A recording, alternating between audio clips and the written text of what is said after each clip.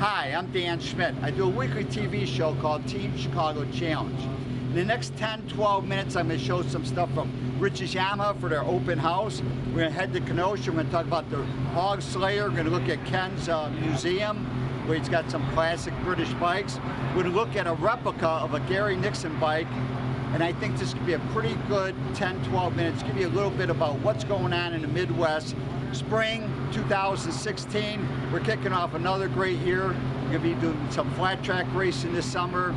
It's going to be a great year for Team Chicago. Remember my website, teamchicago.tv. That's right, teamchicago.tv.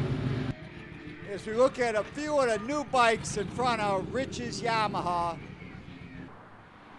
I had the opportunity to talk to Mike and Misty, and they're going to tell us about the open house at Rich's Yamaha. Hi, Mike Venziano from Rich's Yamaha here in Lockport, Illinois.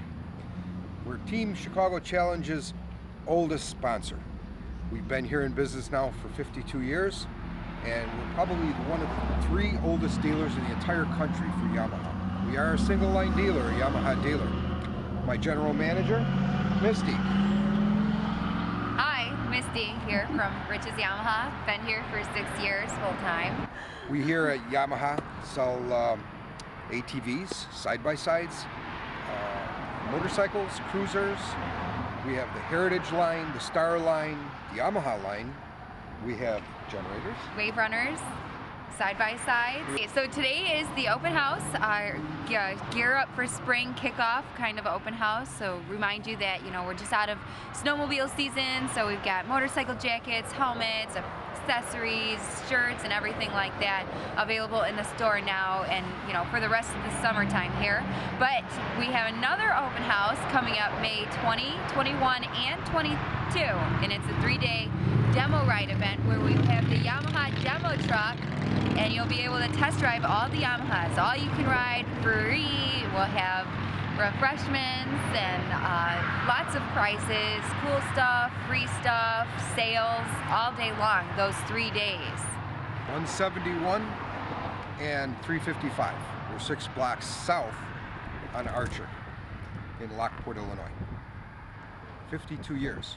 Don't forget to check out richesyamaha.com. We just got a new website at the beginning of the year, so it's going to take a little bit more browsing to get through there, but we have all of our in-stock machines, Yamaha brochure machines, and you'll see all of our sale prices on all of these great machines that Yamaha offers for you.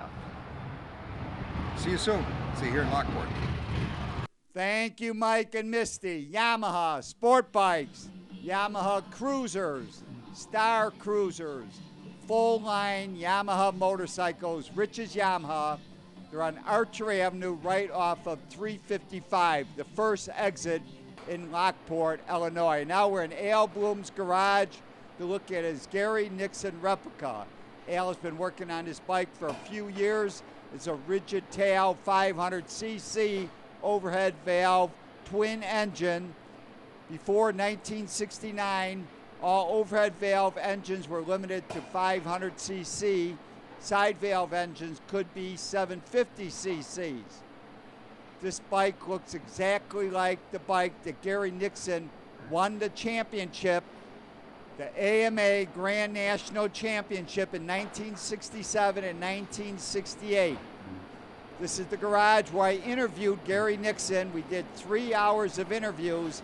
Let's go to some of that right now. And then went to the half miles and miles. You know, made the main event, did fairly good. Came around Springfield time, and Cliff had built a new bike for that one. And remarkably, he had a 350 Grasshopper tire on it. I had the Goodyear Road Racer, they called it, but wasn't really a road race tire. And running with the pack, it was like 14 of it, halfway at 25 miles. I remember being a 14-rider pack. And Murray Law would have kind of split away. He was on the factory Harley that he'd built himself. And he had us, you know, we didn't even see him. He was that far ahead of us. So I remember coming out of the last corner, Mark was leading, and he, boy, lit the rear tire up just a little bit. And back then, the same as now, I suppose they do. You got to kind of get that little Springfield run, they call it, off of 4. And I had that little run on him, and he got just a little sideways. And I was always the guy for tucking in and telling all these young kids now they want to make sure you tuck in. a picture of the finish. I wasn't really tucked in what I was doing. I was looking up over to make sure my front wheel was ahead of his. And didn't really realize I was going for the win until down the back straightaway. I passed Mertigan sitting there. I realized I'd, just won the race, won Springfield. And in the trophy presentation, if you know what a lightweight is, right? I got pictures of me at the trophy presentation, but I think that was all I got, just a couple of pictures. Boy, it was so hot. And won that. And then more races. Columbus is coming up. And I kind of liked the track. It'd get a nice little groove, and they didn't drag that rake around the groove. I was doing okay. Freddie Nix, my friend, he was a good all-around rider. And he was a head Harley guy, and I was a head Triumph guy. And he didn't make a mistake. 10-mile national, 20-lap race. He didn't make a mistake, so I got second. And they're still leading the championship points. Doing good, everything's working right, and get out to Portland, Oregon. Had a nice mile track. But anyway, won that one. Didn't really have never looked back, so I don't know how close they were, but won, and nobody passed me. I won that one. Sacramento's coming up, which I won a few years before. I had a good bike for it. People had told me all those years, they said, oh gosh, that's so unfair. Harley's got a 750 and you got a 500. My 500 are just as fast as those 750s. I think they had a giant advantage. I don't think the only advantage they had was V-twin, maybe the traction was a little bit different there. Sacramento was running good there right in the front pack, and had a flat tire again. These two flat tires turned me off of two nationals. And it finished with 80 points. That's Rhoda, I think, probably won the race. So it's coming down to Carlsbad. Got 2 races left. My dear friend, the late great Gary Nixon, and we shot those videos at Al Blum's garage. It was to see an autograph number plate, Triumph, world's best motorcycle. We are now looking at Al Blum's 750 Triumph Trackmaster frame, a beautiful motorcycle. It's a late model 750 twin short rod engine, Trackmaster frame. This is a museum piece, a beautiful bike. So we got the 500 Gary Nixon replica, Al Blum 750 Trackmaster dirt track bike, 2 beautiful dirt track bikes. This garage is like being in a museum. It is so nice. You can eat off the floor in Al Blum's garage. What a beautiful garage. And a project he's working on is putting a 500 twin Triumph engine in his champion frame that was built for a 250 Yamaha. Al made the motor mounts. He has been working on this, putting it together. I can't wait till he gets this bike running. This is another beautiful Triumph 500 twin Triumph race bike built by Al Blum. And now we're gonna head up to Kenosha and meet Ken Rottmann. Hi, I'm Ken Rottmann. This is my place, Ken's British Classics. I'm starting a museum here, a non-for-profit motorcycle museum, vintage motorcycles, and I work on exclusive antique motorcycles, and this is it. Come on in.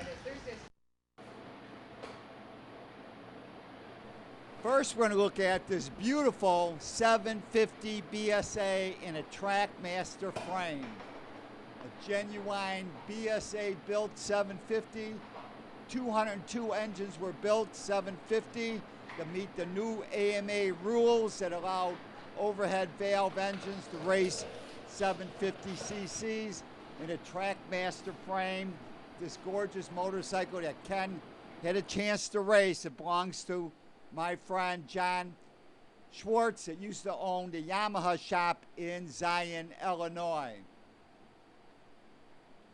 Now we're looking at a 1966 BSA A65T Thunderbolt, a gorgeous 650 street bike.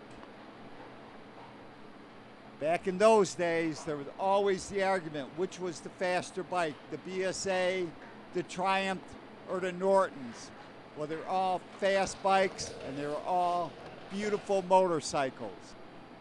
And the next bike we're going to look at is a 1974 Norton Commando Roadster 850. Maybe one of the fastest twin British bikes, street bikes ever built. The Norton Commando 850. And as long as we're talking about Nortons, Ken's going to introduce us to John Gregory, who's got a great history with Norton motorcycles. We have John Gregory here, who was 1970, what? 1971, when was the first year? Of the first Hog Slayer? First? 1968 and 9.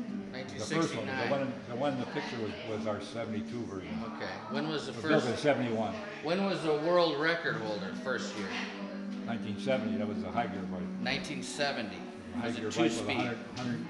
180 and a quarter mile. It was a high gear with a 4-inch tire. The ET wasn't that good, but he had more time to get up to speed with it. How many seconds? It ran in the high 8s, High 8s. 890s, a couple times. Most of the time was in the low 9s. And I'm going to have John sign the picture. TC's already signed it. And I'm going to have his best friend, John, sign it. Now this bike in the picture ran in the 7s. 7s? Yeah, high 7s. High 7s. But the high gear bike that went 180 was in the high. How many years did you have the world record? 4? 5. 5? 1970 to 1975? Yeah, Joe Smith took the record from us. He went a 182. Did he have a 2-speed? Did Russ Collins ever beat you guys? Once in a while. Yeah. The one year that we talked about in the movie, we ran 13 races. We won 11 of them. And Russ Collins beat us at the English town, New Jersey. And it's one of the few times we just couldn't get it going fast. I mean, it was going real fast, but not quite fast enough, you know. It just didn't come around that time. And the other time Joe Smith beat us because we had an oil leak. It's something that we had a disagreement on. They had a regular plastic line for the overhead to the cylinder head. And I didn't like that idea, but that's what everybody else put on there, and it leaked. And they shut us off at Indianapolis. But that was kind of a rip anyway, because it just was dripping out, and I had a roll of tape and a rag I could have taped on it, and he wouldn't let us do it. Right after us, Raymond Beadle come up with the car final and poured oil all over the track and let him run anyway. But weren't these motors really reliable for you? Yeah. Yeah, that year we ran 13 races and won 11 of them. And plus we did match racing in Europe and the United States. We never had the cylinder heads off. What kind of compression did they have? Just under 11. Not real high. And it didn't come apart? Nope. The big secret to it, when you had the first fuel bike, the single engine, the 8 runs out of an engine was it. And it's just a matter of getting everything set up so that nitro didn't kill the motor. And that way, and also running to Valvoline. Valvoline or Kendall. We ran Kendall, a lot of guys ran Valvoline. But we used to run Castro, which is one of our sponsors, but when you drain the oil out, all the nitro would come out first, and then the oil would come out. Or with these other oils, it would just mix into it. Really? So you run Kendall Nitro 70, and when you drain, it was 70 when you put it in. It was probably 30 when you drained it out. But it was oil mixed with nitro. You know what I mean? So that's one of the things. That plus we had to change all the seals and modify the oiling system. Thank you, Ken and John. And now we're going to look at the Hog Slayer twin engine Norton. This is a demo run. This is at an airport. T.C. Christensen is doing this run for the British bike owners in Wisconsin, his neighbors, his friends. Big weekend event. And this capped off the weekend, seeing the Hog Slayer run.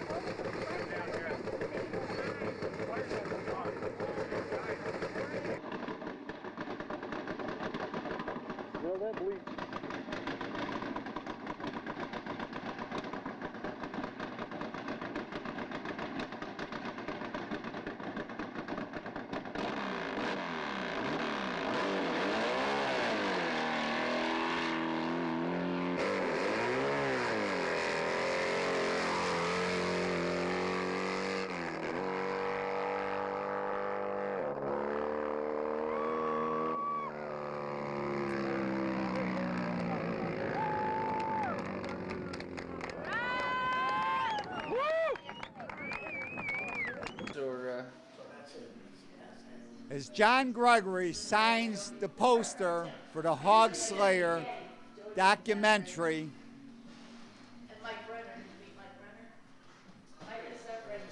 Go For fast. more information on Rich's Yamaha in Lockport, Illinois, go to www.richesyamaha.com. richesyamaha.com.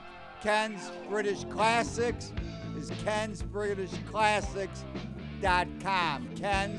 kensbritishclassics.com. Don't forget teamchicago.tv, walkwithdan.com.